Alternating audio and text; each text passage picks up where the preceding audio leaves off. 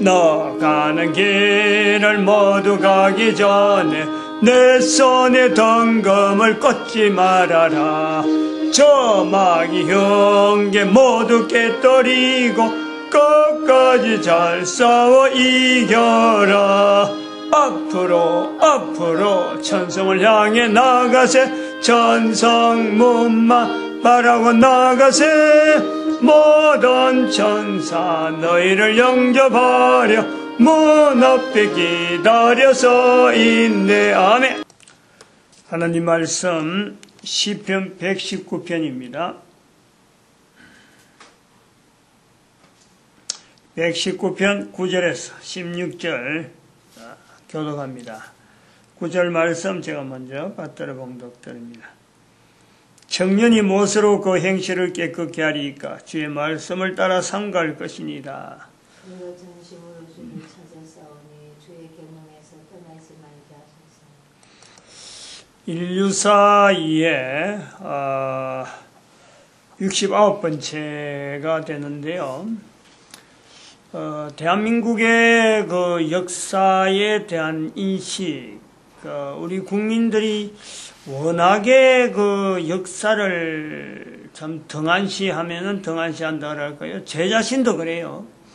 제가 교회 목사가 안 되었더라면은 또 목사 중에서도 사실은 대한민국의 그 위치, 인류사 가운데에 대한민국 역사를, 위치를 향후에 그 대한민국에 해야 될 일, 이런 거를 제 자신도 염두에 안 두더라면요, 우리는 우리나라의 역사에 대해서 대한민국 사람들은 거의 대부분이 우리나라 역사가 가진 의미에 대해서요, 거의 문외한 애로 지내도 무방하다 할 정도로 우리는 역사 인식에 대한 필요성을요, 우리는 잃어버렸어요. 왜 잃어버렸느냐? 일제강점기 36년이 그 작용을 하는 거예요. 우리 역사에 대해서 이게 우리 것이다. 우리가 지금 현재 있는 위치에서 과거로 찾아가는 데에 어떤 징검다리가 될 만한 사회적인 현상이 없는 거예요. 역사로서 볼 때는, 역사의 이어짐으로 볼 때는요, 일제 36년 강점기 자체가 우리 민족의 역사 자체를 연결하는데 완전히 공백 상태로 만들어요. 역사가 필요 없다 하는 정도로 우리는 위치에 딱 가져 있는 거예요. 어찌 보면은 우리에겐 그것이요, 축복이 될 수도 있고, 또 한편으로는 역사를 모르는 민족으로서 어떤 정체성이 없는 어떤 국민으로서 좀 아쉬운 요소가 있는 거예요. 잘된 요소로서는 일제강점기라는 요소를 통해서 우리가 앞의 역사를 지금하고 연결하지 않는 것에서 볼 때는요, 잘됐다 보는 거는 대한민국의 미래하고 생각해서 그러는 거예요. 2015년 지금 시점에서 볼 때, 오늘 또 주제하고 전혀 다른 이야기로 넘어가는데, 우리나라 역사가 만약에 일제강점기가 없었더라면, 그리고 지금까지 왔더라면 어쩔 뻔했을까 하는 것은 우리가 좁은 땅덩어리잖아요. 좁은 땅덩어리에 이조시대부터 넘어오는 파벌, 족벌, 양반, 상놈, 계급사회, 그리고 어떤 참 지식적으로 여러 가지 부분이 국민들 전체가 통합적인 하나의 통일적인 내용이 없었던 거예요. 뭘 하자, 어떤 주창을 해 나갈 만한 어떤 주도적인 우리 국민이다, 우리 국가다, 이건 우리가 온 국민들이 한 국가를 통해서 싸워야 된다, 이런 의식이 없는 거예요. 그런데 일제강점기를 통해서 비록 앞의 역사하고는 떨어지더라도 우리 국민들이 일체적으로 이거는 대한민국이야 하는 어떤 그 요소에 대한민국 국민으로서 누구나 한반도 자체를 우리나라 땅이다 하는 인식은요, 이거는 어느 나라보다도 되게 강한 거예요.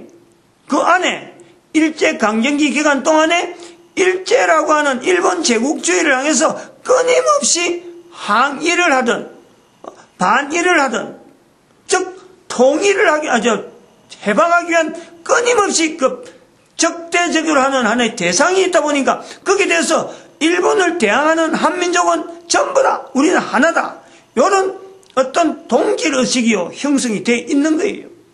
반면에 과거의 역사에 대해서 우리는 전혀 현재적으로 일제강점기 동안은 과거의 역사와 현재적으로 그 자체를 연결을 안 해보던 공백기가 분명히 있다. 그러므로 일제강점기를 지나온 지금의 전 인류를, 온 인류를 향해서 세계적인 일꾼으로 쓰임받는 하나의 민족의 역사에서 우리가 찾아볼 때는 대한민국이 항일운동이 하든, 즉 항일운동을 하게 되던 그 중심에 있는 1884년, 1894년, 10년 앞에 있었던 1884년이라는 기독교라고 하는 교회 목사니까 그런 거예요. 목사가 볼 때는 기독교가 대한민국에 들어온 것은 단순하게 기독교라고는 종교 하나가 들어온 것이 아니고 대한민국이 수천 년 동안 유구하게 앞으로 대한민국을 통해서 전 인류에 퍼져야 될 어떤 민족의 사명을 깨닫게 하는 데에 기독교 유입이 실시가 허락이 되었다라는 것을 제가 그 고백을 하는 거예요. 목사니까 본다는 거예요. 그런 목사가 되어서 보니까 대한민국의 역사 중에서 현재 우리가 찾던 학교에서 배운 거라든지 교과서를 통해서 배운 거라든지 지금 금인정 교과서, 국정 교과서하고 싸우는 이런 문제를 볼 때 정말 우리 국민들이 알아야 될 요점, 꼭 알아야 될 우리 국가의 위치나 앞으로 향후에 우리 국가가 쓰임받을 과거의 역사와 더불어서 지금 현재 이 역사는, 이러한 사건은 대한민국 국민들은 꼭 알아야 되는데 그 알아야 될 요소를 지금 빠뜨리는 것 때문에 목사 한 사람이 꼭 갖고 지금 나름대로 바른 교과서가 쓰려면은 국정 교과서가 있는 것이 낫다라는 거지. 그런 시각이 있기 때문에 금인정 교과서에서 나오는 지금 누락된 부분에서 그것을 넘어가려고 덮으려고 하는 항일이라고 하는 것은 무조건 좋은 거래갖고 그게 빨치산 자체도 그만 좋은 것으로 묻혀버리려고 하는 이런 자세는 이건 올바르지 않는다. 이거는 대한민국이 앞으로 장차 전 인류 가운데 쓰임받는데 이거는 중요한 요소가 있는데 그것 자체를 빼버리고 공산주의에 대한 대항했던 6.25 사변에 대한 한국 동란에 대한 그 위치를 그렇게 그러면 허지부지하게 넘길 것이 아니다. 우리 민족이 흘린 피가 얼마며 전 인류가 여기서 흘린 피가 어떤데 16개국에서 파송되어 와서 흘린 피가 전 인류를 대표해서 우리 민족하고 더불어서 지금 앞으로 인류 가운데 필요한 대한민국의 걸음이 있는데 그것 자체가 무마되는 역사를 그냥 덮어놨고 목사가 넘어갈 수가 있나요? 그러니까 지금 그거 갖고 지금 붙잡는단 말이에요. 그래서 이런 붙잡는 내용을 보면서 공산주의라고 하는 이 요소가 대한민국의 지금 참 전 인류 가운데에는 사라진 것 같은 이 공산주의가 대한민국에 버젓이 활동을 하고 있으면서 이 점차 세력을 퍼져나가고 있는 그 과정을 지금 현재 구체적으로 알고 어릴 때부터 가면 나이가 한 30살쯤 되었으면서 1986년 우리가 아시안 게임이 대한민국에 있어요. 그때를 제가 아는 건데 바로 그때 내가 현대에서 나올 수밖에 없는 상황이 됐단 말이에요. 그 점에서 현대에서 민주노총이 현대에서 생기는 거예요. 그 민주노총이 생기는 그 최일선에 제가 있었어요. 이거 어떻게 막을 수 있다. 사장을 직접 만나서 내가 그 이야기를 한 분명한 이력이 있는데 그 당시에 울산서 돌아다니는 어떤 노조, 그 당시엔 노조인지 몰랐죠. 그런 활동하는 사람들의 그 내용을 저는 손바닥 쳐다보듯이 어느 누구가 어떤 사람들이 어느 곳에서 어느 몇 시에 며칠날 정기적으로 어떻게 만난다. 그 주제가 어떤 거다. 이건 저는 그 당시에 어떤 사람보다도 몰라 정보국에서 경찰 정보국에서는 저보다 더 잘 알는지 모르지만요. 저는 그것이 너무나 정확하게 알고 있는 거죠. 누구한테라도 이야기할 수 있는 그 상황은 있었단 말이에요. 그런 사람들이 내가 다니는 회사에서 교회락하는 전목으로 내가 활동하고 있는 지역에서 내한테 접근할 때 당신은 안 돼. 당신은 안 돼. 라고 분명하게 언급을 해서 안 되는 선을 내가 분명히 했는데 주변 사람들은 아니 한 사람이라도 더 이 회원으로 올라가는데 왜 좀 받아주지 하는 그런 내부적으로 항의가 있음에도 불구하고 나는 안 되는 용납이 안 되는 거예요. 내가 회장직을 맡고 있는 이상에는 이런 사람이 교회 이름으로 들어오면은 지금 현재 순수한 신앙으로 유지하는 이 부분에서 분명히 이거는 뭔가 장난치려고 하는 사람들이다. 올바른 시도가 아니다. 그래서 다 끄는 거예요. 제가 의도적으로 그래 한 거예요. 근데 그건 나는 모르는데 회사에서 그 당시 회사 대표이사라든지 그 당시에 있는 사람들은 그걸 내가 있는 인사부에서나 사장은 그걸 알고 있었더라고. 나중에 알았지. 나중에. 민주노총이 그게 민주노총이라 이런 생각도 못했고 나중에 민주노총이 생긴다 하더라도 그게 민주노총인지 뭔지 저는 그건 몰랐어요. 왜냐 그때 이미 회사 나와버렸으니까. 얼마나 강성이라 하는 그런 내용에 잘 모르는데 그러나 지금 돌이켜보면은 1986년경에 현대에서 일어난 현대자동차 그 다음에 현대중공업 이런 두 큰 어떤 현대그룹에서 형성되었던 민주노총의 형성은 사실은 1980년에 있었던 현대에 있던 근무하던 광주 민주화 운동에 분명히 연결된 사람들이 그때 현대 그 어마어마한 노무자들이 엄청나게 많이 있거든. 소위 말하면 호남 출신들이 어마어마하게 많이 있단 말이에요. 직업훈련소라든지 또 다른 그 계통을 통해서요, 어마어마하게 많이 왔어요, 그 세력들이 나이가 한 4, 5년 크면서 이제 어느 정도 자기가 반장도 되고 뭔가 어떤 위치에 있을 적에 노조를 일으킬 만한 힘이 되어지면서 민주노총이 형성이 되어졌을 거다. 저는 얼마든지 추정을 하는 거예요. 즉 현대에서 민주노총이 일어난 것하고 광주 5.18 사태, 5.18 민주화운동, 5.18 민주화운동이라고 하는 그 자체가요, 이게 전혀 무관한 별개의 사람이 아니라는 것을 저는 분명히 인식을 하는 거예요. 언젠가도 내가 한 번도 이런 이야기는 내가 어디로도 내 이야기 안 했어. 근데 지금은 역사에 대한 이야기를 하면서 5.18 민주화 운동을 하고 네 가지 칼럼을 분명히 이야기하잖아요. 이게. 민주화라는 이름이 있었기 때문에 5.18 민주화 운동에 왜 민주화라는 이름을 꼭 붙잡느냐 하는 요소 때문에 광주란 지역, 그 다음 노동운동이 분명히 있고, 그 다음에는 이념 노선을 붙잡고 있는 분명한 어떤 세력이 있고, 그 다음에 정치하는, 이거는 뭐 껍데기죠, 껍데기. 겉모습이죠. 어쩌면 이거는 민주화는 이 내용의 네 가지 칼럼은 서로 간에 유대 형식은 벽은 분명히 있음에도 불구하고, 그러나 민주화라는 이름을 내걸고 뭔가 정부를 향해서 민주라는 자체가 반한국이니까 반한국적인 투쟁을 할 때는요, 이 네 컬럼에 있는 사람들이 전부 다 동조할 수밖에 없는 구조가 민주화라는 이름 안에 반한국이라는 이름이 정서가 있기 때문에 동일하게 움직인다. 그러나 서로 간에 그 격은 분명히 있다. 격실이 있듯이 딱 차이가 있다. 광주라는 지역, 5.18 민주화운동이라고 하는 그 자체가 어쩌면 토양이다, 토양. 그 토양에서 노동운동이 1980년, 한 5, 6년 지나서 울산에서 민주노총으로서 형성되어진데 노동자란 이름으로 들어가는 거예요, 노동자. 근데 5.18 민주화운동에 이 이름이 확진될 때도 1985년경에 이게 됐다 갔는데 그게 노동이란 말이 싹 빠지고 농민이란 말이 싹 빠져요. 그러나 실질적으로 활동하는 것은 보면은 광주라는 지역에 호남 지역 전체에 있는 농민이라는 어떤 구조를 붙잡는데 농민의 구조를 붙잡는 거예요. 그래서 그 농민의 구조를 붙잡기 위해서 1894년에 있는 동학난 자체를 광주 지역하고 연결해가지고 그걸 농민의 집에 있는 거예요.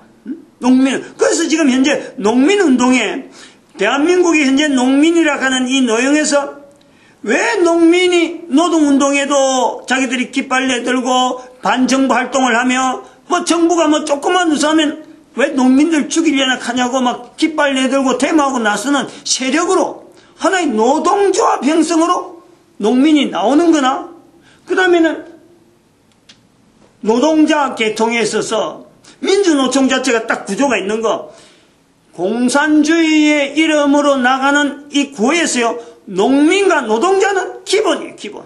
그것 자체가 형성되는 데서 공산주의란 이름이 1765년경인가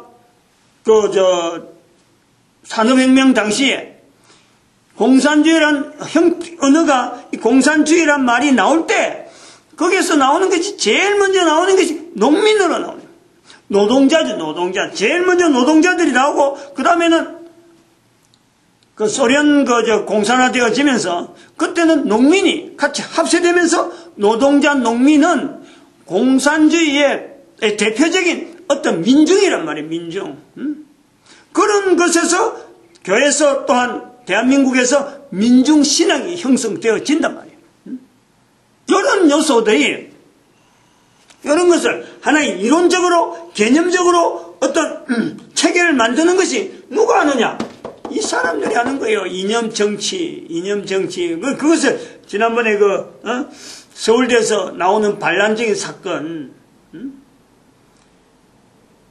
우리나라 사람이 가지고 있는 병폐 중에 하나가 역사적인 의식이 없다 보니까 우리가 역사를 앞에 놔놓고 우리가 다른 사람 말을 다른 사람이 역사적인 내용을 이야기할 적에 그 덥석덥석 받는 중에 하나가 많이 배웠다. 특별히 서울대학에서 말하는 발표다. 그러면요. 이거는 뭐 콩으로 팥으로 매주 쓴다 해도요. 고지 들을 수 있는 그런 토양이 우리 대한민국에 깔려 있어요. 뭔가 박사다.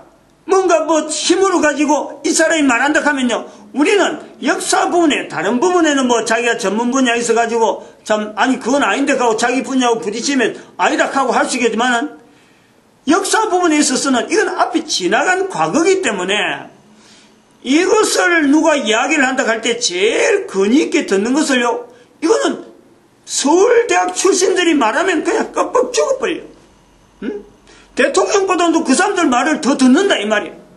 당장에 누가 자기 위에 뭐 건세 있는 사람이 이야기한다 하더라도 서울대학의 출신이 나와서 내가 학교에서 이래 배우고죠. 우리 연구한 교수들이 이래 얘기하고 내가 서울대 교수인데 이거는 이래 하고 이야기해버리면 그게 제일로 먹혀든다는 거예요. 그게 우리 국민들이 역사에 대한 정체성이 없기 때문에 그런 것이 된단 말이에요. 그거를 이용하고 있는 것이 바로 여기 이념 정치 노선에 있는 역사학자들, 서울대생이란 말이에요. 근데 하나님께서 저한테 또 이 이야기를 내가 다음 시간에 한번 할 거예요. 서울대 출신들이 얼마나 헛방인지, 얼마나 가식적인지, 이것을 내가 다음 시간에 한번, 실제적인 내하고 일어났던 내가 경험했던 그 어떤, 서울대 출신에 대한 어떤 그 헛방적인 내용을 내가 분명히 이야기할 거예요. 한번 이야기를 한번 드린단 말이에요. 요거 연결되기 때문에 왜 하나님께서 내한테 그런 경험을 했는지 내가 한번 새삼스레 생각을 해본 거예요.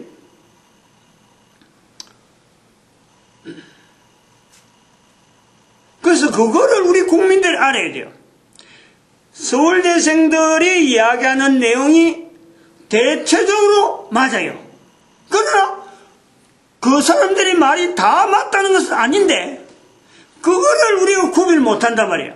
왜냐하면 내가 역사에 대해서 내가 가진 게 없다 보니까 서울대학에서 나와서 배운 사람들이 이 정도 말하면은 그냥 껍벅 넘기 때문에 우리나라 역사 동학랑이라든지 이런 내용을 역사를 바꾸는 작업을 하게 될 때 그 작업을 하는 과정에서 분명히 공산주의의 의도 속에서 농민을 잡아 연결하기 위해서 집어넣은데도 불구하고 이거를 분해를 못한다, 분리를 못한다는 거예요.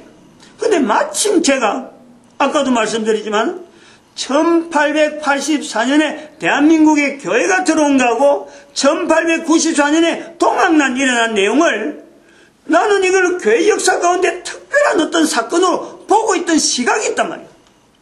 그런 시각이 있는 중에 텔레비전에 나오는 방송통신대학에서 강의하는 내용이 아니 농민운동으로 동학운동을 동학농민운동으로 이렇게 이야기하더라고. 농민 무슨 전쟁이라든가 뭐 이 이야기를 하는 거예요. 농민 항쟁이라 하는 그런 거예요. 아니 이게 이상하다 이랬지. 아니 왜 그게 농민 항쟁으로 불러야 되느냐. 처음에 그것만 나올 때 내가 그랬어요. 근데 또 나오는데 5.18 민주화 운동을 민주화라는 내용을 딱 부과하면서 이거는 빼면 안 돼요 하고 민주화를 부과하면서 농민운동과 같이 연결하더라고. 농민운동하고 1894년에 농민운동하고 5.18 민주화운동하고 이게 갑천선상에서 이 호남 지역이 아주 대한민국 역사에서 아주 중요한 지금 기준을 잡고 있다. 이렇게 나오고 있더라고. 그게 대학 교재예요. 대학 교재. 방송통신대학 교재. 내가 그래서 아이고 이거 무섭다 이거. 이거 방송통신대학이 이 공적으로 해야 되는데 왜 이렇게 역사를 이렇게 뒤바꾸고 있어? 내가 그런 시각을 가지고 있었다니까. 이거 언제 한번 이야기를 해야 되겠는데 했는데 세계사 이해하는 중에 다른 나라 역사 이 정도 하고 뭐 더 이상 덮으려고 하고 대한민국 역사 중에서 동학난 자체를 잘못 보고 있다 하고 내가 들어가면서 5.18 민주화운동을 하고 그렇게 이제 끄집어내서 들어가는 중에 봐봐요. 들어가다가 민주화라는 내용 안에 이게 뭔가 가식적인 내용이 있고 거짓적인 부분이 있단 말이에요. 카바한 내용이 있고 그 다음에는 정치하는 사람, 이념 농쟁이, 이념 정치하는 사람들이 역사 교과서, 국정학, 금인정 교과서로 막 싸움 나는 것이 드러난 거예요. 지금 이 강의 중에, 강의 프로그램이 되는 중에 이게 연결돼 버린 거죠. 내가 연결해라고 요구하고 했나요? 그냥 내 과정 중에 이게 연결되니까 그 이야기했고. 그리고 봐봐 또 어제, 12월 5일이잖아. 어제가 12월 5일. 민중총궐기대 민주노총에서 11월 14일 날 폭력 시위를 하고 우리가 폭력이 아니다라는 것을 보여주기 위해서 그때 폭력 시위를 한 사람들이 또다시 우리는 폭력 시위하는 단체가 아니다. 그거 보여주려고 어제 12월 5일 다시 민중총궐기이라고 모으는 거예요. 그게 민주노총 아니야. 민주노총의 정체가 드러나는 거예요. 이 민주노총은 철저하게 아까 이야기했어요. 계속해서 하지만 이데올로기를 붙잡고 있는 역사학자들이 지금 역사를 조작하고 있는 중에 이 사람들 앞에 놀이개로지 지금 하나의 조작된 꼭두가시란 말이에요. 꼭두가시. 노동자들이 들어가야 되는데 민주노총이 거의 적합하게 들어간 거예요. 광주 지역에 있던 현대그룹의 광주 지역에 있던 사람들이 그 당시에 다라고는 볼 수 없어요. 다 아닌 사람도 있으니까. 광주나 호남 지역 사람들이 울산에 있던 사람들이 다 참여는 안 할 수 있어요. 그 사람들을 오해하면 안 돼요. 그런 사람이 있지만 그러나 거의 대다수가 관리직에 있더라도 자기들 보기를 손주고 있으면서도 잘한다 하는 사람이 있었어요. 알아요. 제가 어느 정도 됐죠. 왜냐면 울산에서 내 10년 있었으니까. 앞에서 나선 사람들은 거의 대부분이 광주 5.18 민주화 사태 때문에 운동회에서 희생된 그 가족들이 있기 때문에 울분이 남아있죠. 울분이. 그것을 회사 이름으로 해갖고 노동운동이 하고 일어나는데 그 울분을 거기서 풀었단 말이에요. 그래서 형성된 게 민주노총이란 말이에요. 그 민주노총이 알고 보면은 이 이념 정치 하는 사람들, 이념 정치 노선을 쫙 논리적으로 푸는 이 역사학자들이 지금 놀이개로 가지고 지금 꼭두각시로 지금 조작하고 있는데 그게 놀이개로 지금 쓰임 받는다는 거죠. 그게 한상균 지금 민주노총 위원장 지금 현재 조계종에 들어가고 그 창문 삐꾸니 열고 자기 잡으러 오는 거 그거 안 잡히려고 참 비겁해도 어떻게 그렇게 비겁해요. 자기가 민주노총에 의해서 당당하게 하는 것 같으면요, 당당하게 노동자 권리에 대해서 하는 것 같으면 그런 사람들이 감옥에 들어가면 들어갈수록요 그 사람의 그 자체가 힘이 더 있어지는 거예요. 그런데 그것이 꼭두각시가 되다 보니까 자기 의사가 아니거든 순전히 조종대가 움직이다 보니까 감옥소 들어가는 걸 겁을 내는 거예요. 자기가 책임을 못 진단 말이에요. 당당할 것 같으면 왜 김영삼 대통령이나 김대중 대통령 같은 경우는 대통령이 되기 전에 참 탄압받을 적에 감옥소 들어가는 걸 지집들듯이 막 들어갔는데 그러니 나중에 대통령이 되잖아요. 근데 왜 민주노총은 왜 경찰이 잡으려고 하는데도 불구하고 자기는 삐꾸미 내다만 보고 있어. 자기가 하는 일이 당당한 것 같으면 감옥에 들어가야지. 그래갖고 큰 소리 빵빵 치면서 감옥소 생활하다가 나오면은 대접받는데 근데 그게 떳떳하지 않다라는 건 표시란 말이에요. 아까 그 텔레비전 보니까 그 성남시장 그 이재명 시장이 11월 14일 날 그 경찰이 쏜 물대포에 의해서 혼수 상태에 들어간 백남기 씨 유가족을 병원에서 그 위로금을 전달하면서 이제 기자들 앞에 이야기한 내용이 잠깐 텔레비전에 나왔어요. 그건 내가 한번 들어봤는데, 아까인지 모르겠다네. 인터넷으로 봤는지 모르겠는데, 하는 이야기가 이래요. 국가란 국민들 한 사람의 생명이 중요한데, 어떻게 이 정부가 폭력 진압이라고 하더라고. 폭력 진압을 하는 과정에서 국민들의 생명이 저렇게 생사의 기로에 놓일 정도로 저렇게 하는 정부가 이런 정부에 올바른 정부냐 이렇게 반문하는 내용을 내가 들었어요. 그러니까 참 내가 그렇게 생각하는 거예요.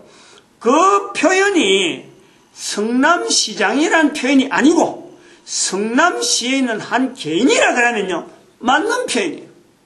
그러나 성남시장이라면 그 자체가 공무원이고 그 자체가 정부를 대표하는 입장인데 아니 자기가 누워서 침 뱉는 것도 그럴 수가 있나? 어떻게 정부 이름을 이야기하는 그래서 정부를 비난하는 시장이 어떻게 시장으로 있을 수가 있나? 아니 그런 사람도 시장으로 뽑아주는 성남시는 도대체 뭐냐? 성남시나 광주시나 이걸 비슷하게 보는 이유가 있다니까. 우리 국민들이 거의 대부분이 뭐 부천도 그래 간략하던 뭐 갈등 말동하고 합니다만 경기도 부천도 그렇고 경기도 성남 또 광주 비슷하게 보는 내용이 뭐냐? 왜 그들은 정부에 대해서 항상 반정부적으로 있느냐? 지금 현재 정부에 대해서 자기들한테 안 맞다 이거지. 표를 안 몰아줬다. 자기들이 투표할 때 표를 안 맞는 사람은 항상 자기들은 반대 의사를 가지고 끝까지 가는 왜 그런 자세가 돼야 돼요? 이 역사 속에서 이 이념 정치하고 있는 이 이념 노선을 만들고 있는 이 사람들에게 전부 다 조리게 놀린단 말이에요. 놀린다. 농민이라는 자체가 지금 형성이 되어 있는 것은 이 사람들이 볼 때는 광주 지역에 있는 농민이죠. 호남 지역에 있는 농민들이 이 정치 노선에 있는 이 사람들에게 완전히 들었다 놨다 지었다 폈다 하는 그런 손에 놓인단 말이에요. 그리고 노동자 운동도 계층이 그렇고. 그러니까 이 내용을 광주 지역과 광주 호남 지역 특히 전남이 그렇게 했고 그 다음에 노동운동하는 사람들 정치 이념하는 이런 사람들에서 놀림을 받는데 이 놀림 받는 것을 정치적으로 표현하는 내용이 바로 이 정치 직장으로 있는 정치 단체란 말이에요. 특별히 그 지금 야당에서 특별히 심하죠. 야당에 있는 새정치민주연합 안에 그 사람들이 다 그렇다는 건 아니고 그 중에 특별히 이런 사람들이 많이 있다 이거지. 적극적으로 그 지시를 받아서 움직이는 사람도 있지만은 거기서 무럭무럭 훈련받는 사람도 있고 전혀 그거하고 관계를 안 하려고 하는 발버둥 친 사람도 있다. 그러나 어쨌든 새정치민주연합 안에 이 노선을 지향하는 사람들이 많다 이거예요. 다른 어떤 당보다도 그렇게 우리가 이해를 해야 돼요. 즉 우리가 역사 부분에 있어서는 이게 증거도 없으니까 떠드는 사람, 말하는 사람의 말을 내가 어떻게 받아들이냐에 따라서요, 내가 가져야 될 역사관이 완전히 바뀌는데 우리는 지금 철저하게 서울대 출신이라고 하는 그것 때문에 무조건 받아들이는 그것 때문에 국민들 전체가 오류를 범하는 내용이 있다. 그것 때문에 내가 다음 시간에 한번 내가 개인적으로 만났고 경험했던 철저하게 훈련되었던 그럼 너 항상 객관적으로 이것 자체가 이야기할 수 있는 그 과정에 있었던 내용을 내가 얼마든지 사례를 들어서 이야기를 하겠다라는 이 시간에는 이 내용을 적어나가 밝혀놔야 돼요. 시간이 많이 지났네. 글로서 기록이라도 남겨놔야 돼요. 지난번에 우리가 한국공산주의입니다. 이거 표현을 해야 돼요. 한국공산주의 가는 방향에 대해서 세 가지, 유럽하고 다르다. 유럽하고 다른 한국 상황에 맞는 공산주의로 만들려고 했다. 공산주의 자체는 유럽에서 나왔는데 이걸 한국형으로 만드는, 여기다 한국형이라고 하죠. 한국형 공산주의를 합시다.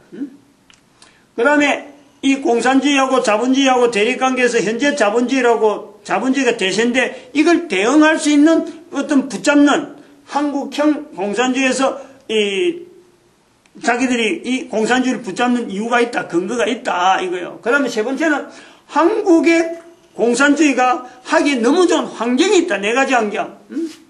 지형적으로, 인력적으로, 교육 상태, 아까 그랬잖아요. 맹목적으로 따르는, 그리고 종교적으로 있다. 이 내용을 5가지 정도로 제가 우리 현재의 한국과 공산주의를 한 5가지 정도 세부적으로 이야기를 하고, 요거 이야기하는 내용은 이제는 1894년은 넘어가려고 하는 거예요. 한 징검다리로서 요 표현을 하려고 그래요. 첫 번째, 노동운동. 아까도 했지만 노동운동 자체를, 노동 인력 자체가 공산주의에서 중요한 요소니까, 노동자 계급이라는 것은 대단히 중요한 프롤레타리아 할 때 아주 기본적으로 노동자가 시작되거든요. 그래서 러시아로 가면서 이 프롤레타리아 안에서 농민이 프롤레타리아 안에 들어가지 않는데 러시아 혁명을 성공하면서 이 농민도 그 자리에 연 거예요. 러시아에는 당시 소련에는 노동자가 많이 없었어요. 그 대신에 농민을 집어넣은 거예요. 이런 개념으로 봐야 돼요. 그 다음 두 번째, 이 노동운동에 이제 민주노총이 분명히 있다. 민주노총도 좀 정체를 밝히는 구체적인 내용도 사례가 많이 있는데, 현재 이거는, 민주노총은요, 노총이 아니라, 노동이 아니라, 이거는 정치 세력입니다. 정치 세력. 대한민국에서의 이 민주노총은 정치 세력이에요, 정치 형태로 하나의 정당으로. 왜냐하면 북한이 노동당이라고 하는 나온 노동당. 노동에서 당이라잖아. 그 당자를 빼고 지금 현재 민주노총이 정치 하나의 어떤 구조에 자기들이 지금 얹혀지려고 애를 쓰는 거예요. 그렇게 조직하고 있다니까. 그 다음에 농민이 있죠, 농민이 있는데, 여기서 이제 농민이라는 자리를, 공산주의에서 농민이 필요하니까 이걸 어떻게 했느냐니까, 1894년에 이 동학난이에요. 그러니까 역사가 오는데 동학난이에요. 근데 이거를 농민 항쟁으로 이름을 바꾼다니까, 이름을. 이제 요걸 이제 넘어간다. 제가 지금 넘어가려고, 다음 챕터로 넘어가려고, 요게 필요하다는 거죠. 그 다음 세 번째. 지금 정부에 대한 정부에 대한 자세가 어떤 자세냐 그러면 현재 정부라고 하는 이 사람들이 보는 한국형 공산주의에서 정부라고 하는 이것을 인정한다는 것을 인정하려는 그 의도는 뭐냐? 이 대한민국 정부가 공산주의 자체를 그것 자체를 지향하는 공산주의 정부가 되기를 바라는 공산주의자들에 의한 어떤 집권이 되길 바라는 그럴 때 자기들은 정부 그렇게 인정을 하겠다 그런 내용이에요. 그래서 지난번에 말씀했지만 항일이라는 내용과 그 다음에 뭐예요?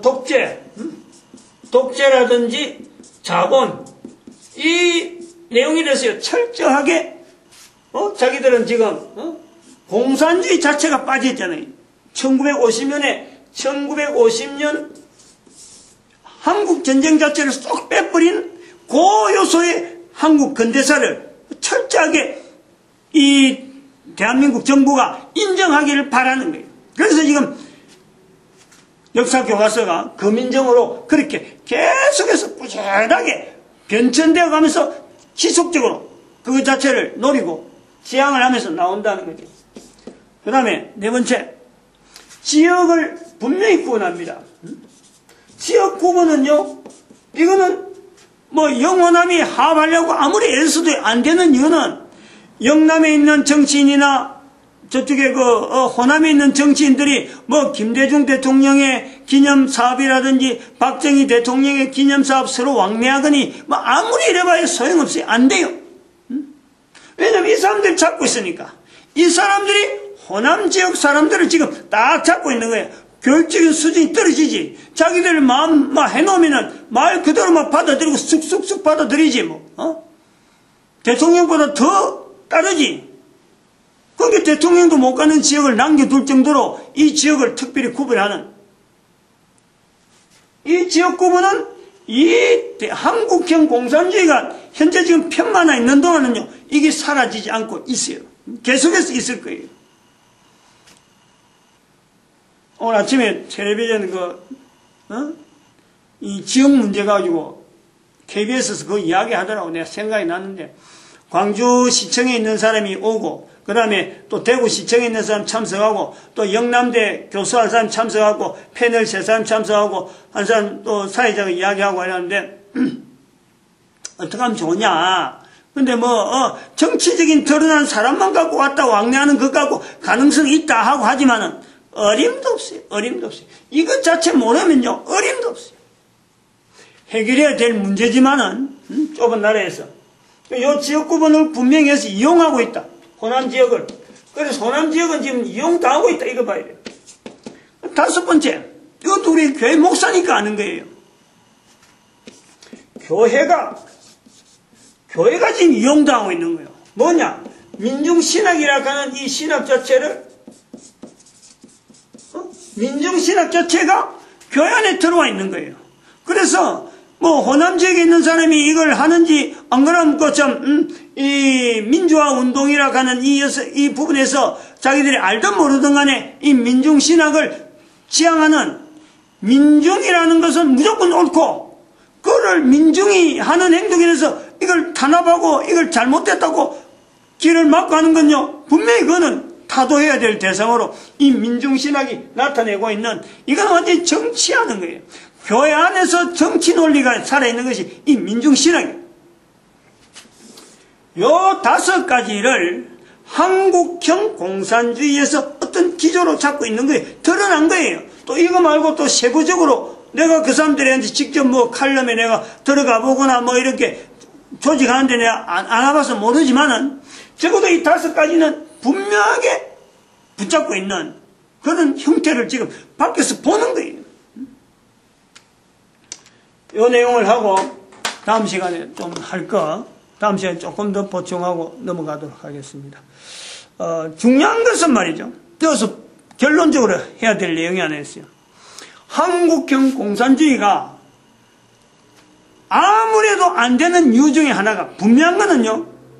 대한민국 역사는 아까 초대에 말씀했지만 하나님께서 지금 어마어마한 섭리 가운데 우리 국민들을, 우리 민족이 오래전에 이미 참 축복받을 수 있는 분명한 하나님에 의해서 쓰임받은 일꾼으로 지금 대한민국이 형성되어 온 역사가 있는데 그 역사를 바라보는 시각은 하나도 없다. 그러므로 안 된다는 거예요. 될 수가 없다.